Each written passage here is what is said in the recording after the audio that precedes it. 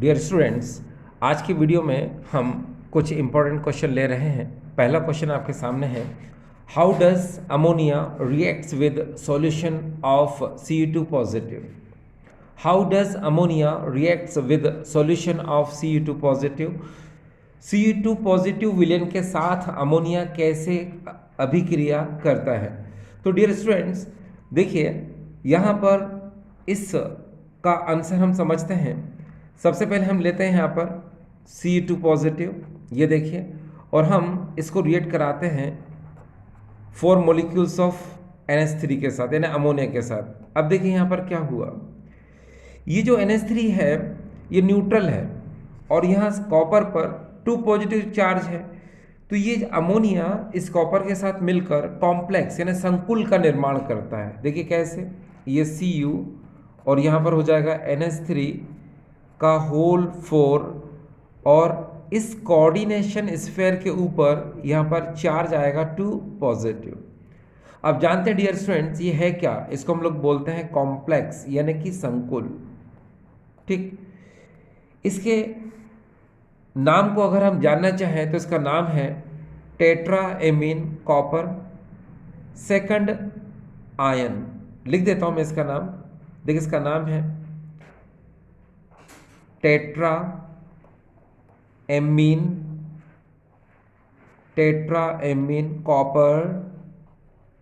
Copper second, और फिर यहां पर आएगा आयन। ठीक, अब एक बात है कि यहां पर ये CuNH3 2 पॉजिटिव आयन ये डार्क ब्लू कलर का होता है, जिसको हम लोग डीप ब्लू भी बोल सकते हैं। तो यहां लिख देता हूं मैं डीप ब्लू, ये गहरे नीले रंग का होता है।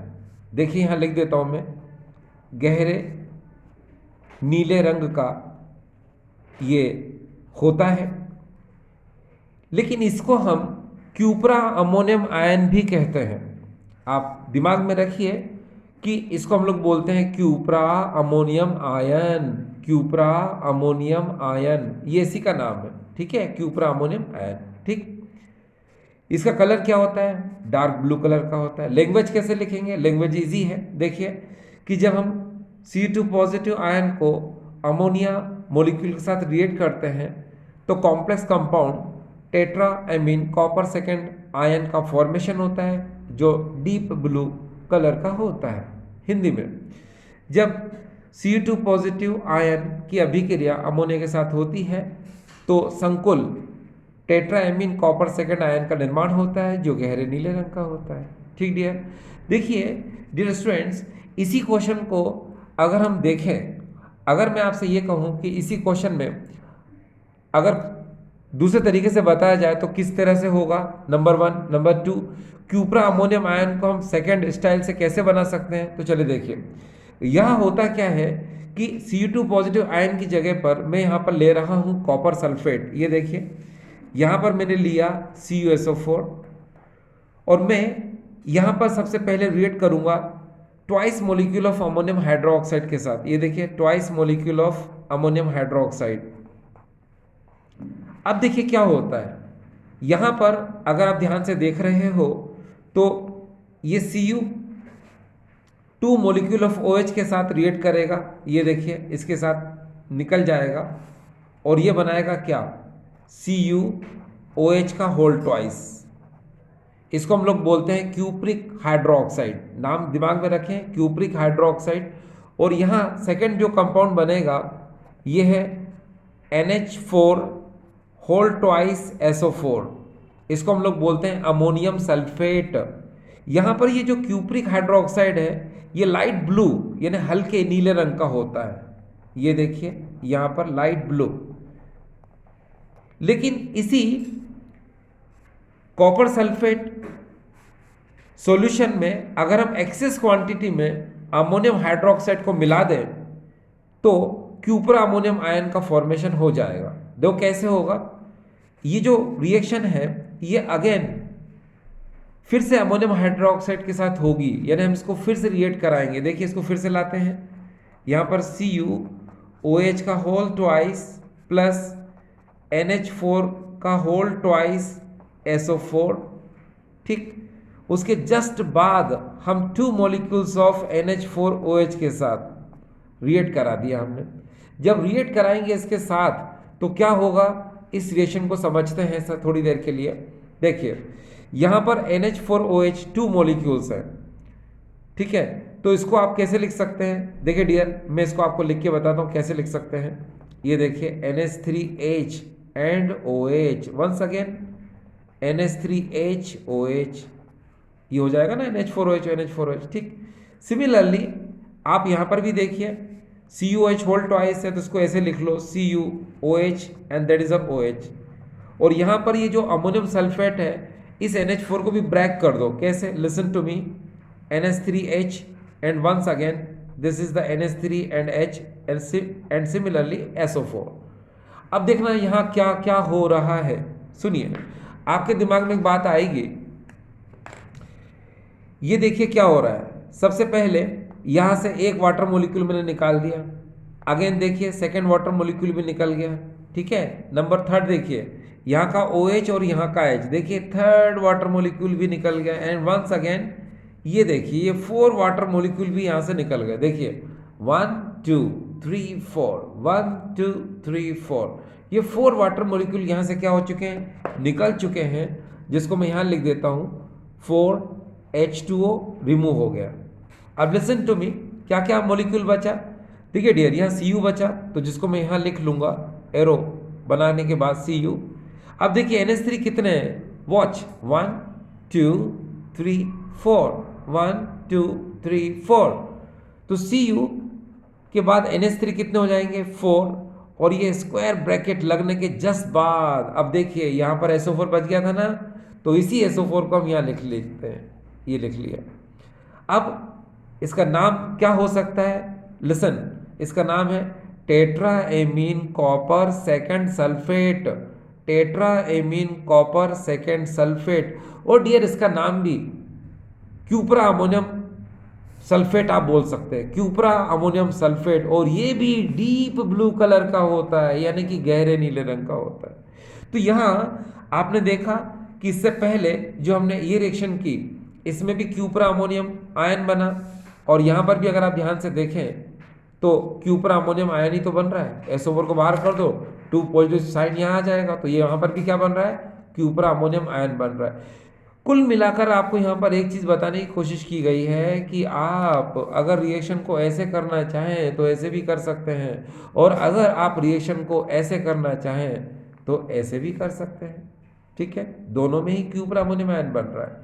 लेकिन इसका क्वेश्चन कैसे आ सकता है, इसका क्वेश्चन तो आप समझ गए क्या, how does ammonia reacts with solution of Cu2 positive, but इसका क्वेश्चन कैसे आ सकता है, तो लिसन टू मी, इसका क्वेश्चन आएगा copper reacts in excess of ammonium hydroxide solution, या फिर ऐसे भी बोल सकते हैं इसको कि कॉपर अमोनियम हाइड्रोक्साइड की अधिकता में अभिक्रिया करता है। तो आपको रिएक्शन लिखना है। अब आप इसकी लैंग्वेज कैसे लिखेंगे, लैंग्वेज पे थोड़ा ध्यान दो। आप अगर चाहो तो इस रिएक्शन को एक स्टेप में भी कर सकते हो, मैं आपको एक स्टेप में ही बता सकता हूँ, ठीक है। अभी अगर आप ध्यान से देख रहे हो यहाँ पर अभी 2 स्टेप क्यों बनाई जाती है, वो इसलिए ना डियर कि सबसे पहले जब कॉपर सल्फेट में आप अमोनियम हाइड्रोक्साइड को मिलाते हो तो पहले लाइट ब्लू कलर आता है, और फिर उसके जस्ट बाद उसमें आप और अमोनियम हाइड्रोक्साइड मिलाते हो तभी डार्क ब्लू कलर आता है। अब आपके दिमाग में चल रहा हो कि नहीं हमको सेकंड यानी 2 रिएक्शन नहीं करना है, एक रिएक्शन में क्या हो सकता है, बिल्कुल हो सकता है, क्यों नहीं हो सकता। आप एक काम करो, दोनों रिएक्शन को ऐड कर दो, है ना, दोनों रिएक्शन को ऐड कर दो, ये आपस में कैंसिल हो जाएंगे और ओवरऑल रिएक्शन जो है लास्ट वाली आ जाएगी, ठीक है। या फिर आप एक काम कर सकते हैं, अलग से भी रिएक्शन करा सकते हैं। देखिए मैं आपको अलग से रिएक्शन करके दिखाता हूँ। जैसे इसमें क्या हो गया, ये देखिए Cu यहाँ पर हम लिख लेंगे SO4 एंड यहाँ पर लिख रहे हैं हम 4NH4OH, ये लो हमने ऐसे कर लिया, ठीक है। अब क्या होगा भाई, देखो 4NH4OH है तो हम क्या कर सकते हैं, देखिए आपको मैं अलग अलग करके बताता हूँ, लेसन NH3HOH NH3HOH NH3HOH बिल्कुल बच्चों की तरह NH3OH, ये देखो ऐसे कर लिया मैंने। यहाँ पर NH3, ये देखो NH3HOH, फिर NH3HOH और NH3HOH और NH3HOH। अब मुझे क्या करना है, 4 वाटर मॉलिक्यूल निकालना है। ये देखिए 1 2 3 4, ये 4 निकाल दिए। ठीक है, अब देखो यहाँ क्या हुआ, यहाँ पर देखिए Cu है तो डियर मैंने Cu लिख दिया। NH3 कितने हैं यहाँ पर 4, तो देखिए डियर यहाँ पर NH3 4, कोऑर्डिनेशन इस पर लगा लो, ये S ओवर बच गया था ना, तो इसको यहाँ लिख लो, लिख लिया। अब कितने H2 निकले डियर, ये 4H2। ये कौन है, आपको पता है टेट्राएमीन कॉपर सेकंड सल्फेट, या इसको बोलते हैं हम क्यूपरा अमोनियम सल्फेट। कलर क्या होता है इसका, डार्क ब्लू, यानी कि गहरे नीले रंग का होता है। तो आपने देखा डियर, आप चाहो तो एक स्टेप में भी रिएक्शन कर सकते हो, और आप चाहो तो इसकी 2 स्टेप में भी रिएक्शन कर सकते हो, है ना। चलिए डियर, तो ये क्वेश्चन होने के जस्ट बाद हम अगले क्वेश्चन की तरफ जा रहे हैं। एक और सुंदर सा क्वेश्चन आपके सामने है इस समय। Iodine is more soluble in KI as compared to H2O. Once more, iodine is more soluble in KI as compared to H2O. इसका मतलब है आयोडीन जल की तुलना में KI में अधिक विलय होता है, क्यों। फिर से देखिए यहाँ पर क्या लिखा है, यहाँ लिखा है आयोडीन जल की तुलना में KI में अधिक विलय होता है, क्यों। तो डियर स्टूडेंट्स, आप पहले इसको समझें। देखिए यहाँ पर क्या है, अगर हम I2 को देखें तो हम I2 को ऐसे लिख सकते हैं। और आपको पता है H2O कौन होता है, H2O पोलर सॉल्वेंट होता है, यानी कि ध्रुवीय विलायक होता है। तो जब हम इस I2 को इस H2 में डालते हैं तो ये H2O में सोल्यूबल नहीं होता है, यानी कि H2O में ये विलय नहीं होता है। क्यों नहीं होता है, क्योंकि ये I2 जो है ये कोवलेंट कंपाउंड होता है, यानी कि सहसंयोजक यौगिक होता है, कोवलेंट कंपाउंड है ये। और ये कौन है डियर, पोलर सॉल्वेंट है। अब ये इसमें सॉल्यूबल नहीं होगा, तो मैंने लिख दिया अविलय, यानी कि अनसॉल्यूबल। अब देखिए क्या होता है कि यहां पर जैसे ये मेरे पास आयोडीन है, ठीक है। अब अगर मैं इसको KI पोटेशियम आयोडाइड में मिलाता हूं तो क्या होता है, देखो आप लोग बहुत अच्छे से जानते हो कि potassium iodide this is the ionic compound, तो ये K पॉजिटिव होगा और I क्या होगा, नेगेटिव होगा। होता ये है यहाँ पर कि ये I2 इस KI में सॉल्युबल कॉम्प्लेक्स बना लेता है ना। देखो कैसे बनाता है, once more K positive and this is the I3 negative, like this, है ना। इसको हम लोग बोलते हैं पोटेशियम ट्राई आयोडाइडो, ठीक है। इसका नाम आपने देख लिया होगा, यानी कि K पॉजिटिव I3 नेगेटिव, या इसको ऐसे ही बोल सकते हो पोटेशियम ट्रायोडो, ट्रायोडो भी बोल सकते हो, ट्राइआयोडो भी बोल सकते हो, एक ही बात है। तो ये जो है ये है सॉल्यूबल कॉम्प्लेक्स, यानी कि विलय संकुल, है ना। हिंदी में लिख देता हूं मैं, ये विलय संकुल। देखो इसके आंसर मैं आपको बताता हूं कैसे। पहला सुनिए, हम जानते हैं कि आयोडीन I2 वाटर में अनसॉल्युबल होती है, क्योंकि I2 कोवलेंट कंपाउंड है, सहसंयोजक यौगिक है, और H2O कौन है, पोलर, यानी कि ध्रुवीय विलायक है ना। और इसीलिए ये इसमें सॉल्युबल नहीं होगी, यानी अविलय रहेगी। दूसरी तरफ ये आयोडीन I2 है और ये पोटेशियम आयोडाइड, ये आयनिक कंपाउंड है। इस आयनिक कंपाउंड में ये I2 K positive I3 negative का फॉर्मेशन कर लेती है, और ये क्या होता है, आयनिक कंपाउंड है डियर, देख रहे हैं आपको, K पॉजिटिव I3 नेगेटिव। तो आयनिक कंपाउंड है ये, आयनिक कंपाउंड होने की वजह से ही ये I2 जो है इसके अंदर क्या हो जाती है, सॉल्युबल हो जाती है। या फिर हम कह सकते हैं कि I2 जो है KI के साथ K positive I3 negative soluble complex बना लेती है, यानी कि विलय संकुल बना लेती है। इसीलिए ये I2 जो है KI में ज़्यादा सॉल्युबल है। ये I2 KI में सॉल्युबल होती है, मगर ये I2 वाटर में सॉल्युबल नहीं होती है। अब आपके दिमाग में एक चीज़ और चल रही होगी, क्या, कि ये I3 नेगेटिव का स्ट्रक्चर आखिर कैसे हो सकता है। हाँ, तो चलो इसको देखते हैं कैसे हो सकता है। देखो डियर स्टूडेंट्स, आप I2 के बारे में तो जानते हैं, लेकिन अब हम बात करेंगे I3 नेगेटिव की। तो देखो सबसे पहले देखो मैंने I को लिख लिया। अब आपको पता है I कि आउटर मोस्ट शेल में 7 इलेक्ट्रॉन होते हैं, है ना। लेकिन यहाँ पर मैं नेगेटिव की बात करूँगा, ठीक है। जब हम I3 नेगेटिव का स्ट्रक्चर बनाएंगे तो इस नेगेटिव का मतलब होता है कि इसके पास एक इलेक्ट्रॉन आ चुका है, तो मैं अब यहाँ क्या करूँगा, 8 इलेक्ट्रॉन करूँगा इस नेगेटिव की वजह से, 1 2 3 4 5 6 7 8। अब मुझे I2 को लिंक करना है, और आप लोग बहुत अच्छे से जानते हो क्या, कि यहाँ पर जो I है उसके आउटर मोस्ट शेल में 7 है, इसके भी आउटर मोस्ट शेल में 7 है, तो क्या होगा, ये इसके साथ क्या करेगा, कोवलेंट बॉन्ड बनाएगा, ये इसका कोवलेंट बॉन्ड बनाएगा, और बाहर हम यहाँ पर क्या करेंगे, ये नेगेटिव साइन कर देंगे, ठीक है। इस तरह से इसका स्ट्रक्चर ये बन सकता है, ठीक है, जो कि मैंने आपको बताने की कोशिश की यहाँ पर, ठीक है।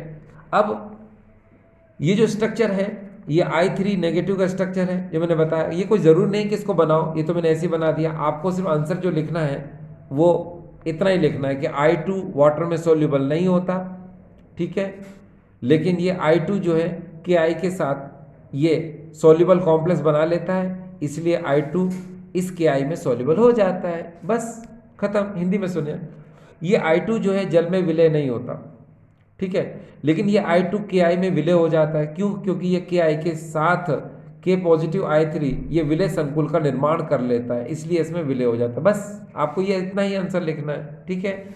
चलिए हम नेक्स्ट क्वेश्चन की बात करते हैं। इस समय हम अगर बात करते हैं तो हमारे पास इस समय क्वेश्चन है, थोड़ा सा हम कॉम्प्लिकेटेड क्वेश्चन ले रहे हैं इस बार, और क्वेश्चन हमारे सामने है। इस क्वेश्चन को अगर आप ध्यान से देख रहे हैं तो क्वेश्चन ये देखिए, आपको यहाँ पर बताया जाए, how is the presence of SO2 detected. अब यहाँ पर बात आती है how is the presence of SO2 detected. इसमें हम ऐसे बोल सकते हैं कि सल्फर डाइऑक्साइड SO2 की उपस्थिति की पहचान कैसे करेंगे। तो डियर स्टूडेंट्स, इसकी पहचान है ना 4 तरह से हो सकती है, और चारों के चारों ये मैं आपको बताने की कोशिश करता हूँ, है ना, कि चारों के चारों कैसे इसको बताया जा सकता है ना।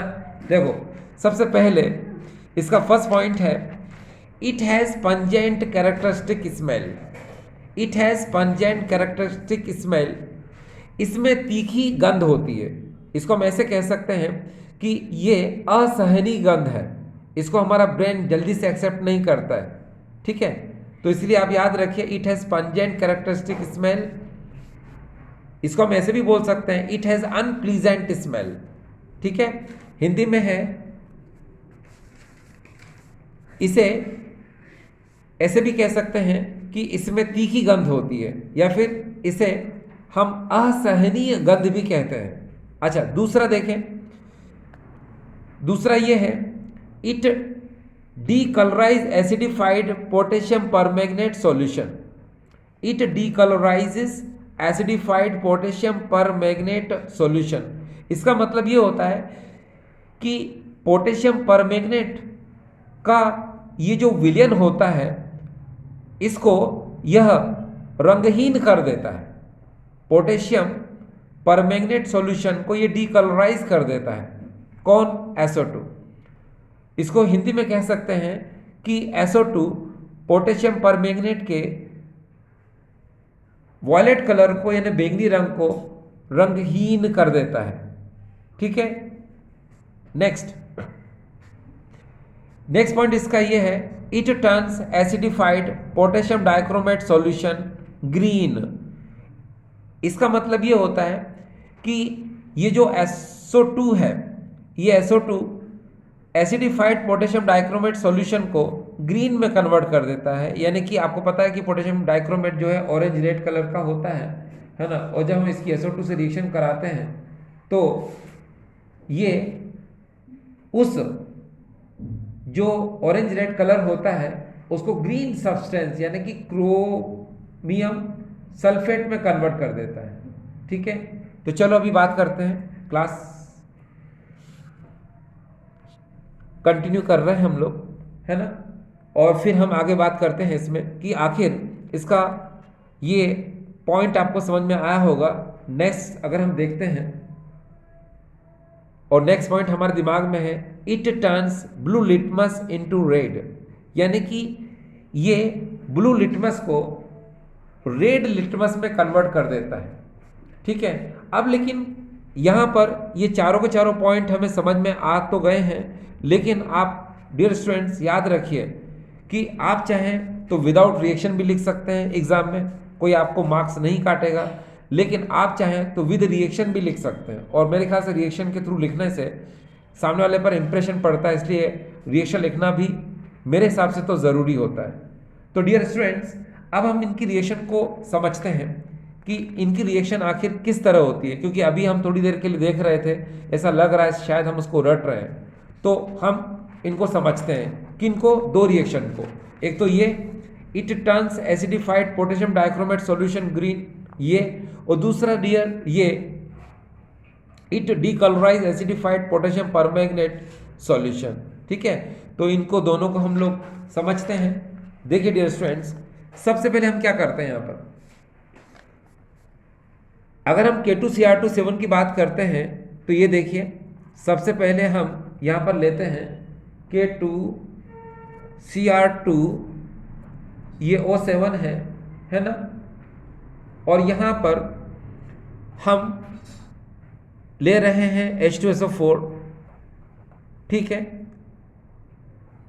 अब देखिए जैसा कि आप लोग जानते हैं कि यहाँ पर ये K2 जो है इस SO4 के साथ K2SO4 बनाएगा। देखो ये रिएक्शन मैं आपको पढ़ा रहा हूँ, मैं पहले भी आपको बता चुका हूँ, लेकिन एक बार फिर से देख लीजिए, ये समझने की ज़रूरत है हम लोगों को। देखो डियर, आपको बता दूं मैं, K की वैलेंसी डियर +1 होती है, Cr की वैल्यू +3 होती है। ठीक है, Mn की वैल्यू जो है +2 होती है, और SO4 की वैल्यू जो है ये -2 होती है। बस ये कॉन्सेप्ट डियर आपको दिमाग में रखना है, फिर आपसे गलती नहीं होगी। देखो कैसे, सुनिए, जैसे मैंने कहा K2Cr2 7 को मैं H2SO4 से रेट करा रहा हूँ, कितने H2SO4 से, तो इसके लिए मैंने स्पेस यहाँ पर छोड़ दिया। अब देखो क्या है, आपको पता है K2 है, तो ये K2 जो है SO4 के साथ मिलकर K2SO4 बनाएगा, तो डियर मैंने यहाँ पर ये K2SO4 लिख दिया। अब आपको पता है यहाँ पर Cr2 है, आपको पता है एक Cr की वैल्यू +3 होती है, तो दो Cr की कितनी होगी, +6। +6 का मतलब होता है कि इसको न्यूट्रल करने के लिए 3SO4 और चाहिए, है ना। तो क्या होगा, ये देखो, मेन कंपाउंड Cr2SO4 का होल थ्राइस ये आपने बना लिया भाई, न्यूट्रल कर दिया ना, +6 और -6 न्यूट्रल हो गया। अब टोटल SO4 देखो कितने, 3 ये एंड 1 ये, टोटल कितना हो गया, ये 4 हो गया। तब आप यहाँ पर 4 कर दीजिए, कर दिया। अब नेक्स्ट देखिए डियर, आप ये क्या है, यहाँ पर 4H2 है, और यहाँ पर ऑक्सीजन कितने, 7 है, तो 4H2O यहाँ से आप बाहर निकाल दो। तो डियर 4 जब ऑक्सीजन निकल जाएंगे इसके साथ, तो कितने ऑक्सीजन बचेंगे, 3, है ना। तो आप यहाँ पर 4H2 निकालने के बाद अब आपके पास जो बचेगा उसको हम लिख सकते हैं 3 नेसेंट टॉक्सिन, ये आपने लिख दिए। अब क्या होगा, अब वही कि सल्फर डाइऑक्साइड जो है उसको आप ले लेंगे, ये आपने ले लिया, और ये नेसेंट टॉक्सिन तो आता ही है, इस नेसेंट टॉक्सिन को आपने लिख दिया। अब आप दिमाग में रखना कि जो SO2 होता है ये हमेशा H2SO4 का फॉर्मेशन करता है, जो SO2 होता है ये हमेशा H2SO4 का फॉर्मेशन करता है, कहाँ, एरो के इस तरफ। तो सोचो आप यहाँ पर क्या ऐड करेंगे, भाई वाटर मॉलिक्यूल ऐड कर दो बस। अब देखिए वाटर मॉलिक्यूल ऐड करने से क्या हो जाएगा, यहाँ पर ये H2SO4 का फॉर्मेशन हो जाएगा, ये हो गया। अब आप क्या करोगे, देखिए यहाँ पर इस रिएक्शन में 3 नेसेंट ऑक्सीजन है, मगर इधर तो एक ही है, तो आप बैलेंस करने के लिए क्या करोगे, 3 का नीचे मल्टीप्लाई करोगे। बहुत ध्यान देने की ज़रूरत है। ये देखिए 3, यहाँ पर भी 3, यहाँ पर भी 3, और यहाँ पर भी क्या हो जाएगा, ये 3। अब आपको पता है एरो के इस तरफ और एरो के उस तरफ अगर सिमिलर चीज़ें हैं तो वो कट जाती हैं। जैसे यहाँ से देखिए ये 3 नेसेंट ऑक्सीजन से ये 3 नेसेंट ऑक्सीजन कट गए, 3H2O है, ये 4H2O कट जाएगा। ठीक है, ये देखिए 3H2SO4 है, और यहाँ पर ये 4, ये भी कट जाएगा। अब जो बचा है उसको ध्यान से हमको लिखना है, वही हमारी मेन रिएक्शन हो जाएगी। देखिए कैसे, ये देखिए मैंने लिख दिया यहाँ पर K2Cr2O7, ये ठीक। अब 3SO2, ये मैंने यहाँ पर 3SO2 लिख दिया। अब आपको पता है 3H2O इधर है ना, इधर 4 है तो इधर तो बचेगा नहीं, ये 4H2SO4 इधर 3, यानी इसमें से एक H2SO4 बचेगा, जिसको कि मैंने यहाँ पर लिख दिया। अब एरो लगा दिया मैंने, इधर देखिए डियर कुछ नहीं बचा, देखो ना, ये हो गया, ये हो गया, और यहाँ से एक H2 बचा था, ये हो गया। अब एरो किस तरफ आ जाओ तो यहाँ पर आ जाएगा K2SO4, और यहाँ पर ये हो जाएगा Cr2SO4 का होल थ्राइस, ठीक है। और यहाँ पर 3H2O था, यहाँ पर 4 था, एक बचेगा, तो यहाँ पर मैंने एक H2O लिख दिया। एक बार फिर से देखें हम, K2SO4 Cr2SO4 का होल थ्राइस, और यहाँ एक H2O। अब डियर स्टूडेंट देखिए, हमारे पास यही रिएक्शन है जिसको हमको एग्जाम में लिखना है। कौन सी वाली? ये वाली। अब यहाँ देखिए क्या हुआ, आपको पता है K2Cr2 ऑरेंज रेड कलर का होता है डियर, यानी कि आपको पता है नारंगी लाल रंग का होता है, ऑरेंज रेड कलर का होता है। अब देखिए ये SO2 क्या करता है, ये SO2 ये बना लेता है क्रोमिक सल्फेट। ये क्रोमिक सल्फेट की वजह से ही इसका जो कलर होता है वो ग्रीन हो जाता है, यानी ये इसका कलर कौन सा डियर? ग्रीन। अब आप देख सकते हैं कौन सा कलर डियर? ग्रीन। ग्रीन मतलब हरा। तो समझ में आ गया आपको क्या, कि ये जो सल्फर डाइऑक्साइड है ये K2Cr2 के ऑरेंज रेड कलर को ग्रीन सब्सटेंस में कन्वर्ट कर देता है। देखो कितना क्लियर हो गया, यानी यही रिएक्शन आपको एग्जाम में लिखना पड़ेगी। अभी एक पॉइंट और था, शायद आपको याद होगा, कि पोटेशियम परमैंगनेट का कलर आपको पता है डार्क वायलेट होता है, लेकिन वो कलरलेस हो जाता है किससे? सल्फर डाइऑक्साइड से। तो वो भी आपको बताना है। तो डियर डरने की जरूरत नहीं है, वो भी सेम ऐसी तरह से रिएक्शन होगी। कैसे होगी उसको हम लोग देख लेते हैं यहाँ पर, है ना। अब यहाँ पर एक काम कर सकते हैं, देखिए कैसे। यहाँ पर ये है KMnO4, और यहाँ पर हम इसको रिएक्ट कराते हैं H2SO4 के साथ।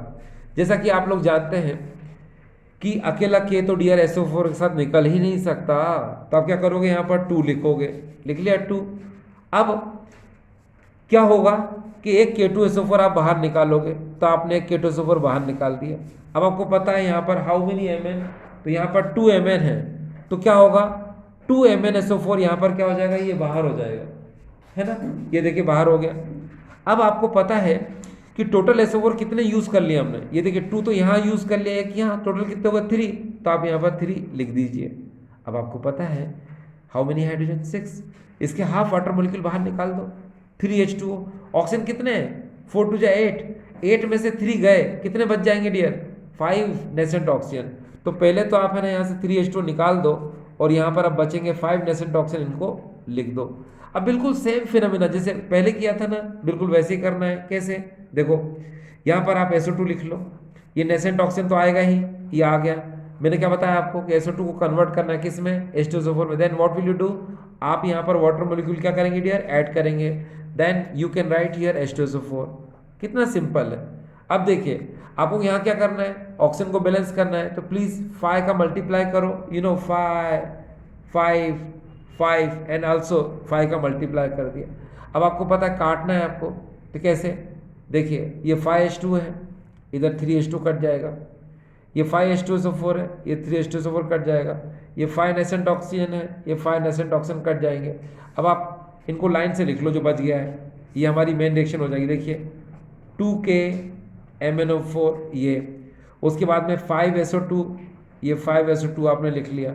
अब देखिए 3H2SO4 इधर था, और इधर कितना था 5, यानी इधर तो नहीं बचेगा भाई, कोई बात नहीं, यहाँ पर ये लिख लिया हमने। और वाटर मॉलिक्यूल इधर देखिए 5 थे, इधर कितने 3, यानी 2 बच गए, तो यहाँ पर भाई हम 2H2 लिख लेते हैं, ये लिख लिया। अब एरो मार दिया, एरो किस तरफ? K2SO4 लिखा हमने, ये K2SO4। इसके बाद इसको देख लो, यहाँ पर क्या लिखेंगे हम, ये 2MnSO4 लिख लिया। अब आपको पता है कि यहाँ पर 5H2O थे, यहाँ पर 3, तो ये तो बचेगा नहीं, अब बस ये है, और यहाँ पर MnSO4। एक बार फिर से देख लीजिए क्या क्या बचा था, और यहाँ H2SO4 की बात कर लेते हैं। इधर तो देखो कुछ नहीं बचेगा ऊपर से, यहाँ 5H2SO4 है, यहाँ पर 3, इसका मतलब ये 2H2SO4 डियर बचेंगे यहाँ पर। देखो ना ये 5 है, ये 3 है, कितने बचेंगे 2, तो यहाँ पर क्या हो जाएगा, ये 2H2SO4 बच गया। अब डियर स्टूडेंट देखिए यहाँ पर क्या हुआ, आपको पता सा कलर क्या होता है, ये डार्क वॉयलेट होता है, यानी गहरा बैंगनी रंग का होता है, ये देखिए डार्क वॉयलेट।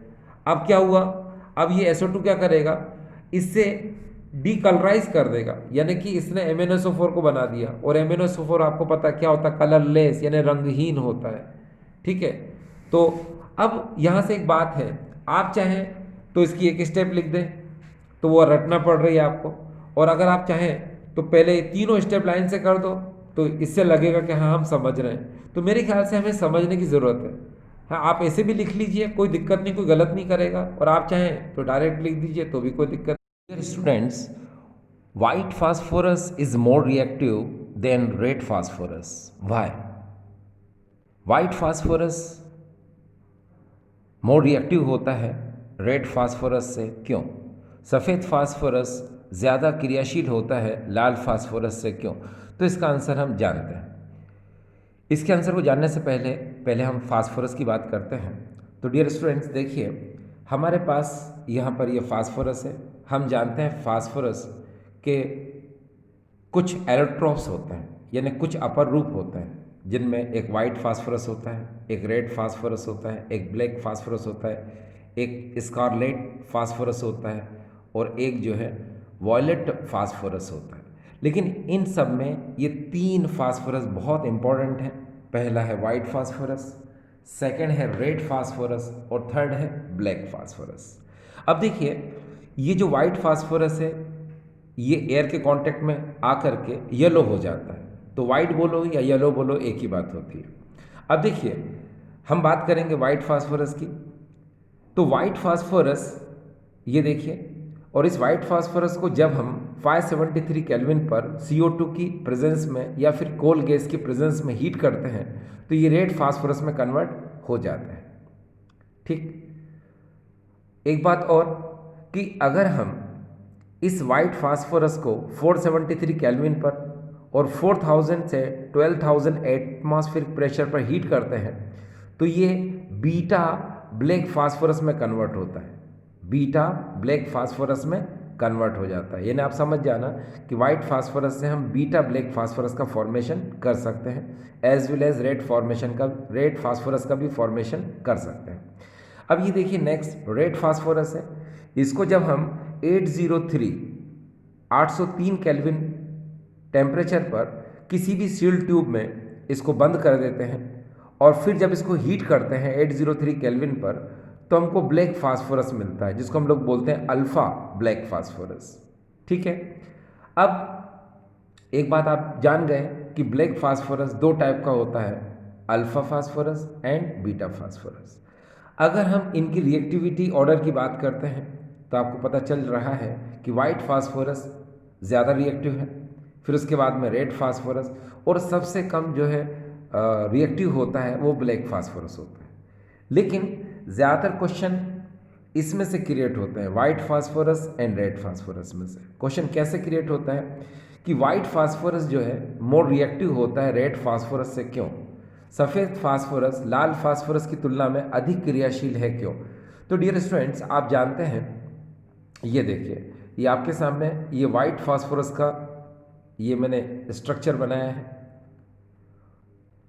ये जो वाइट फास्फोरस का स्ट्रक्चर आपको नज़र आ रहा है, तो आप जानते हैं चाहे वाइट फास्फोरस हो या रेड फास्फोरस हो, और उसके पी एटम में sp3 हाइब्रिडेशन होता है, sp3 संकरण होता है, जिसकी वजह से उसका शेप टेट्राहेड्रल यानी चतुष्फलकी होना चाहिए और बॉन्ड एंगल 109 डिग्री 28 मिनट होना चाहिए।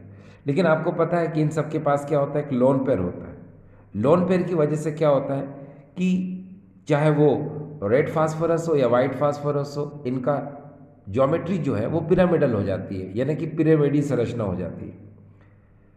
ये भी वही है, ये भी वही है। अब बात यहाँ पर यह आती है कि वाइट फास्फोरस जो है वो मोर रिएक्टिव होता है किससे, रेड फास्फोरस से। तो क्यों होता है, तो हम बात करेंगे यहाँ पर वाइट फास्फोरस की। तो वाइट फास्फोरस का डियर स्ट्रक्चर आपके सामने है, आपकी मोबाइल स्क्रीन पर ये जो आपको शेप नज़र आ रहा है ये वाइट फास्फोरस का है।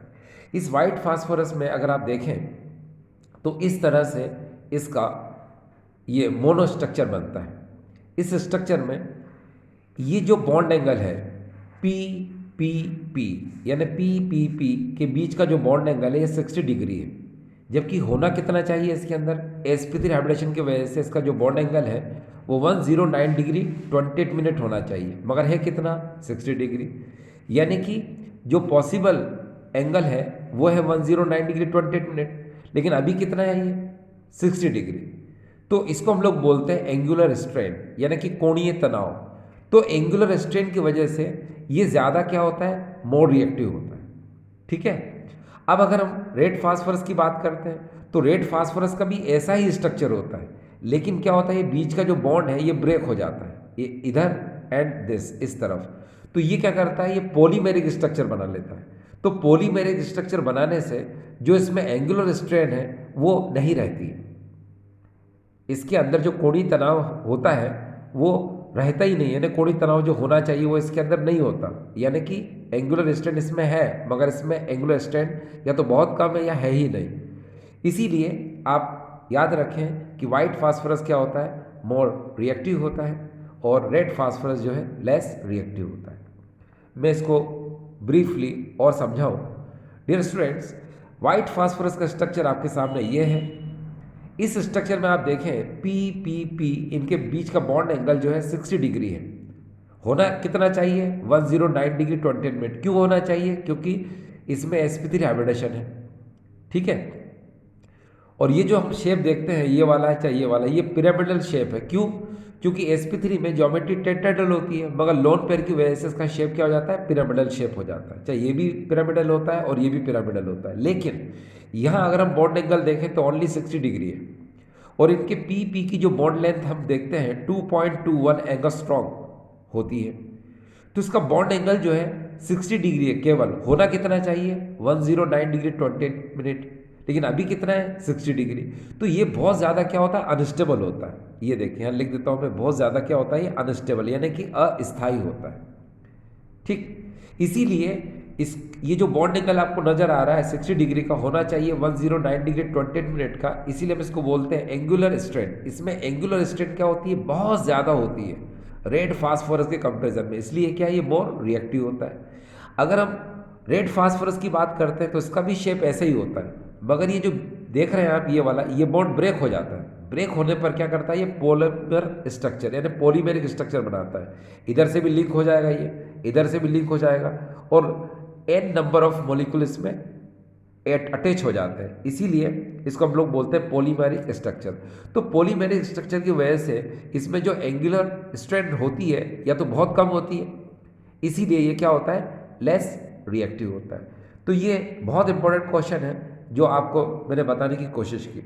अब डियर स्टूडेंट्स, हम बात करेंगे यहाँ पर थर्मल स्टेबिलिटी की बात करते हैं। अब हमारे सामने नया जो टॉपिक है वो है थर्मल स्टेबिलिटी ऑफ हाइड्राइड्स। तो ये thermal stability of hydrides of 16 group element के लिए है, फिर मैं आपको 15 ग्रुप एलिमेंट को भी समझाऊंगा। जैसा कि आप देख रहे हैं यहाँ पर कि थर्मल स्टेबिलिटी सबसे ज़्यादा H2O की है, फिर उससे कम H2S की, फिर H2Ase की, फिर H2Te की। ये आपको टेम्परेचर है जो आपको याद रखना पड़ेंगे। ठीक है, यही थर्मल स्टेबिलिटी को शो करते हैं। अब देखिए, सबसे ज़्यादा थर्मल स्टेबिलिटी किसकी है, H2O की, उससे कम किसकी है, H2S की, उससे कम किसकी है, H2Ase की, और सबसे कम H2Te की, क्योंकि ये रूम टेम्परेचर पर क्या होता है, ब्रेक हो जाता है। अब बात ये आती है कि थर्मल स्टेबिलिटी होती क्या है। तो देखिए, Y का मतलब होता है यहाँ पर कोई सा भी आप एटम OS ACP कुछ भी ले सकते हैं, और ये देखिए ये क्या है, ये इनके हाइड्रोजन है यहाँ पर। तो होता है क्या है कि थर्मल स्टेबिलिटी किसको बोलते हैं, देखिए breaking bond of hydrides after heating is called thermal stability. Breaking bond of hydrides after heating is called thermal stability. यानी कि जब इस हाइड्राइड में हम इतना टेम्परेचर देते हैं कि इसके हाइड्रोजन जो है ये नेसेंट हाइड्रोजन की फॉर्म में हमको ऑब्टेन हो जाते हैं। क्यों, क्योंकि बॉन्ड ब्रेक हो जाते हैं। तो आप समझ गए कि किसी भी हाइड्राइड में बॉन्ड को, यानी कि ये MH बॉन्ड को ब्रेक करने के लिए, बॉन्ड को ब्रेक करने के लिए जो आप टेम्परेचर देते हो, हीट करते हो, तो उसको ही हम लोग बोलते हैं थर्मल स्टेबिलिटी। ठीक है। अब बात ये आती है कि इनकी थर्मल स्टेबिलिटी इस ऑर्डर में क्यों है।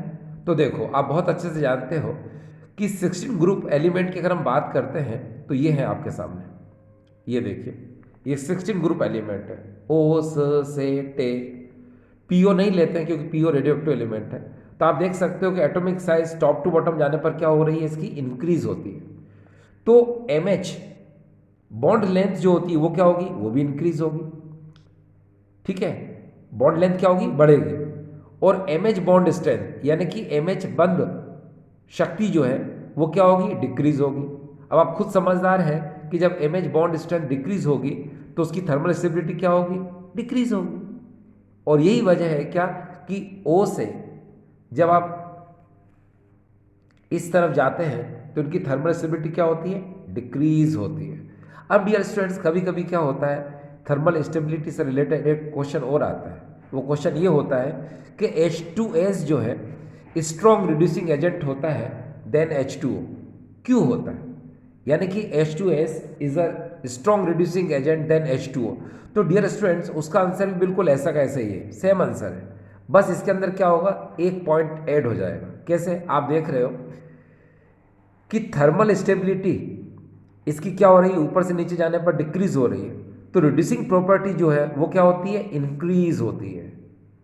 ठीक है, रिड्यूसिंग प्रॉपर्टी क्या होती है, इंक्रीज होती है। अब रिड्यूसिंग प्रॉपर्टी आप समझ गए क्या, loss of hydrogen atom from the hydride, यानी कि हाइड्राइड में से हाइड्रोजन का निकलना ही क्या होता है, अपचायक गुण यानी कि रिड्यूसिंग प्रॉपर्टी होती है।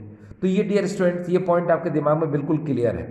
ठीक है, अब हम एक काम करते हैं, एक क्वेश्चन को लेते हैं तो उससे आपको बेहतर तरीके से समझ में आ जाएगा। चलिए, आपके सामने पहला क्वेश्चन हम ले रहे हैं, यही ये देखिए। क्वेश्चन हमारे दिमाग में है, H2S is a strong reducing agent than H2O। Why? H2S is a strong reducing agent than H2O। Why? H2O की तुलना में H2S प्रबल अपचायक होता है, क्यों? देखिए, इसका आंसर हम किस तरह से लिख सकते हैं। देखो, यहां पर दो एटम आपको नजर आ रहे हैं, एक तो सल्फर नजर आ रहा है और एक ऑक्सीजन नजर आ रहा है। तो आप क्या करेंगे, जैसे मैंने आपको पहले बताया, देखिए डियर, ये है 16th ग्रुप। अब 16th ग्रुप में क्या होता है आपको पता है, ओ स से टे पो, ये होता है ना डियर। आपको पता है ये तो रेडियोएक्टिव एलिमेंट है, इसको हटा देते हैं। अब ओ से टी की तरफ अगर आप जाते हैं, ऊपर से नीचे की तरफ, तो आपको पता है एटॉमिक साइज क्या होगा, इसका इंक्रीज होगा, यानी कि परमाणु आकार क्या होगा, इसका बढ़ेगा। तो नेचुरल है बॉन्ड लेंथ, इसको हम लोग बोलते हैं MH बॉन्ड लेंथ, यानी कि इनकी बंध लंबाई क्या होगी, वो भी इंक्रीज होगी। जब बॉन्ड लेंथ इंक्रीज होती है तो आपको पता है MH बॉन्ड स्ट्रेंथ क्या होगी, डिक्रीज होगी। MH बॉन्ड स्ट्रेंथ यानी MH बंध शक्ति वो क्या होगी डियर, वो डिक्रीज होगी। यानी कि M और H के बीच का बॉन्ड क्या होता जाएगा, वीक होता जाएगा। और डियर आपको पता है जब MH बॉन्ड स्ट्रेंथ वीक होगी तो लॉस ऑफ हाइड्रोजन क्या होगा, फास्ट होगा, यानी कि हाइड्रोजन को निकलने की जो टेंडेंसी होगी वो क्या होगी, ज़्यादा होगी। तो इसीलिए क्या होता है कि हम लिख सकते हैं कि इसकी जो रेड्यूसिंग प्रॉपर्टी है यानी अपचायक गुण जो होता है वो क्या होगा डियर, इंक्रीज, क्या होगा, बढ़ेगा। और यही वजह है डियर, देखिए आपको पता है हम अगर H2 की बात करेंगे तो H2O में ऑक्सीजन ऊपर आता है और H2S की बात करेंगे तो H2S नीचे आता है। तो अब आप समझ गए कि H2S is a strong reducing agent than H2O। H2S H2O की तुलना में प्रबल अपचायक होता है, क्यों होता है? क्योंकि मैंने बताया ना आपको कि H2S में S और H की बॉन्ड स्ट्रेंथ क्या है, वीक है, और H2O में OH की बॉन्ड स्ट्रेंथ क्या है, स्ट्रांग है। तो ये जो H2S है ये अपना नेसेंट हाइड्रोजन, नवजात हाइड्रोजन इजीली क्या करेगा, लिबरेट करेगा, आसानी से क्या करेगा, अपना नवजात हाइड्रोजन ये त्याग देगा। इसीलिए ये H2S क्या होगा, प्रबल अपचायक, यानी कि H2S इज अ मोर और strong reducing agent than H2O। तो you can understand very well, आप इसको समझ चुके हैं। देखिए डियर स्टूडेंट, अब हम एक नया क्वेश्चन ले रहे हैं इस समय, और क्वेश्चन हमारे सामने है कुछ इस तरह से। ये देखिए क्वेश्चन है, HF is a weak acid while HI is a strong why. अब यहां पर आपके दिमाग में फिर से क्वेश्चन उठ रहा होगा, देखिए कि HF वीक एसिड है और HI स्ट्रॉन्ग एसिड है, तो अभी इसको क्लियर करते हैं। सबसे पहले बात हमारे दिमाग में ये आती है, क्वेश्चन को फिर से पढ़ते हैं हम लोग। HF is a weak acid while HI is a strong acid. HF जो है दुर्बल अम्ल है जबकि HI प्रबल अम्ल है, क्यों? डियर स्टूडेंट्स, यहां पर अगर आपको मैं कहूं कि इसकी रिएक्टिविटी, इसकी बॉन्ड स्ट्रेंथ और इसकी एसिडिक स्ट्रेंथ, इसका एसिडिक नेचर क्या होगा, तो यहाँ पर अगर आप ध्यान से देखें HF, HCl, HBr, HI ये हेलोजन एसिड है और ये आप जो देख रहे हैं ये बॉन्ड डिसोसिएशन एनर्जी यानी बंद वियोजन ऊर्जा है। अब देखिए सबसे ज़्यादा बॉन्ड डिसोसिएशन एनर्जी किसकी? HF की 566, इसके बाद 431, इसके बाद 366 और सबसे कम किसकी है? 299 HI की है। तो हम कह सकते हैं कि H और I के बीच का जो बॉन्ड स्ट्रेंथ है वो बहुत वीक है और यहाँ HF में जो बॉन्ड स्ट्रेंथ है वो क्या है? स्ट्रॉन्ग है। तो यहाँ पर हाइड्रोजन जो है इजीली लिबरेट नहीं होगा और यहाँ से हाइड्रोजन इजीली लिबरेट हो जाएगा। ठीक, तो एक बार फिर से समझते हैं। देखिए डियर स्टूडेंट्स, हम बहुत अच्छे से जानते हैं कि किसी भी एसिड की एसिडिक स्ट्रेंथ इस बात पर डिपेंड करती है कि वो एसिड कितनी जल्दी अपना हाइड्रोजन प्रोटॉन फॉर्म में रिलीज करता है। किसी भी अम्ल की अम्लीय प्रबलता इस तथ्य पर आधारित होती है कि वह कितनी सरलता से अपने हाइड्रोजन को प्रोटॉन के रूप में क्या करता है? त्याग देता है। ठीक है, तो यहाँ हम जानने की कोशिश करते हैं। ये देखिए, इसको हम दो तरह से आंसर बता सकते हैं। एक तो आप बॉन्ड डिसोसिएशन एनर्जी से बता सकते हो, चलो यहीं से बताते हैं। आप देखिए सबसे ज़्यादा बॉन्ड डिसोसिएशन एनर्जी इसकी है, ठीक है, तो ये क्या होगा? वीक एसिड होगा। और सबसे कम बॉन्ड डिसोसिएशन एनर्जी किसकी है? HI की, तो ये क्या होगा डियर? स्ट्रॉन्ग एसिड होगा। तो अब हम इसमें एक काम करते हैं कि सबसे वीक एसिड कौन है डियर? HF, ये वीक एसिड यानी कि दुर्बल अम्ल। और प्रबल कौन है? HI, तो हम यहाँ लिख देते हैं स्ट्रॉन्ग एसिड। अब डियर स्टूडेंट्स, जैसे सपोज मान लो आपको बॉन्ड डिसोसिएशन एनर्जी आपको नहीं आती है या आप याद नहीं कर पाते हो या ये सोचो आप भूल गए, तो आपके पास एक और आंसर है। कैसे? जो मैंने थोड़ी देर पहले कहा था। कैसे? आप जरा देखें कि इन सभी में कॉमन चीज़ क्या है? हाइड्रोजन। और ये सब फ्लोरीन, क्लोरीन, ब्रोमीन, आयोडीन, ये सब क्या होते हैं? हेलोजन। तो डियर स्टूडेंट देखिए ना क्या कि जब हम 17 ग्रुप में, ये देखिए ये 17 ग्रुप है, तो 17 ग्रुप में जब हम टॉप से बॉटम मीन्स जैसे फ्लोरीन, क्लोरीन, ब्रोमीन, आयोडीन यानी कि ऊपर से नीचे की तरफ आते हैं, तो इनका एटॉमिक साइज यानी परमाणु आकार क्या होता है? इंक्रीज होता है। ये देखिए इंक्रीज हो गया। अब जब एटॉमिक साइज इंक्रीज होगी तो इनकी बॉन्ड लेंथ यानी बंध लंबाई वो भी क्या होगी? इंक्रीज होगी। जब बॉन्ड लेंथ इंक्रीज होगी तो बॉन्ड स्ट्रेंथ वो क्या होगी डियर? डिक्रीज होगी। यानी कि बंध प्रबलता क्या होगी? डिक्रीज होगी। ये देखिए, और अब आप समझ चुके हैं कि जब बॉन्ड स्ट्रेंथ डिक्रीज हो गई तो इनके बीच का जो बॉन्ड है HF, HCl, HBr और HI वो क्या हो जाएगा? वीक हो जाएगा। तो ऊपर से नीचे की तरफ जाने पर क्या होगा? इनकी एसिडिक नेचर क्या होगा? बढ़ेगा। यानी कि हाइड्रोजन लिबरेट करने की प्रॉपर्टी क्या होगी? प्रोटॉन लिबरेट करने की प्रॉपर्टी क्या होगी? इंक्रीज होगी। यानी प्रोटॉन त्यागने की क्षमता क्या होगी? बढ़ेगी। इसीलिए हम समझ चुके हैं कि यहाँ पर HI जो है स्ट्रॉन्ग एसिड होगा और HF क्या होगा? वीक एसिड होगा। कभी कभी ऐसा भी हो सकता है कि कोई आपसे कहे कि भाई थर्मल स्टेबिलिटी बताओ, किसकी?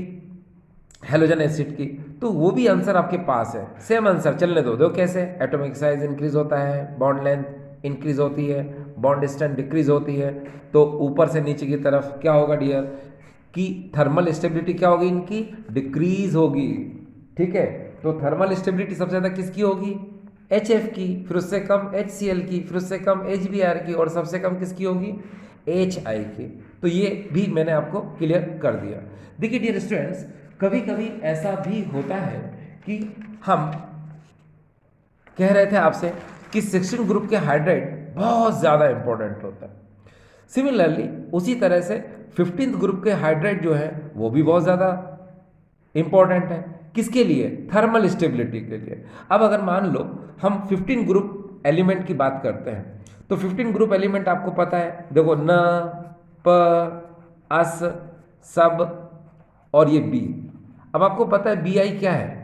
रेडियो एक्टिव एलिमेंट है। चाहो तो इसको लिबरेट हटा दो, नहीं तो यू कैन यूज इट। अब देखिए हाइड्रेट की बात करेंगे तो ये NH3, ये PH3, ASH3, SbH3 and BiH3, ये देखिए। ठीक है। अब अगर मैं आपके सामने एक बात रखूं कि भाई देखो इसके अंदर सबसे ज़्यादा थर्मल स्टेबिलिटी NH3 की है, ये देखिए, फिर उससे कम PH3 की है, फिर उससे कम ASH3 की है, फिर उससे कम SbH3 की है। तो थर्मल स्टेबिलिटी इस तरफ, ये देखिए मैं एरो बना रहा हूं, ध्यान देना, ये इस तरफ क्या हो रही है? इंक्रीज हो रही है। लिख देता हूं मैं यहां पर, थर्मल स्टेबिलिटी। तो थर्मल स्टेबिलिटी इस तरफ क्या हो रही है? इंक्रीज हो रही है। इसका मतलब क्या निकला कि जो बॉन्ड डिसोसिएशन एनर्जी है वो भी इस तरफ क्या होगी? इंक्रीज होगी। तो दिमाग में एक बात आती है, क्या इसका आंसर आपके पास है? तो मैं कहूंगा यस। अभी तक हम जो पढ़ते आ रहे हैं सिमिलर वही आंसर आपको लिखना है। कैसे?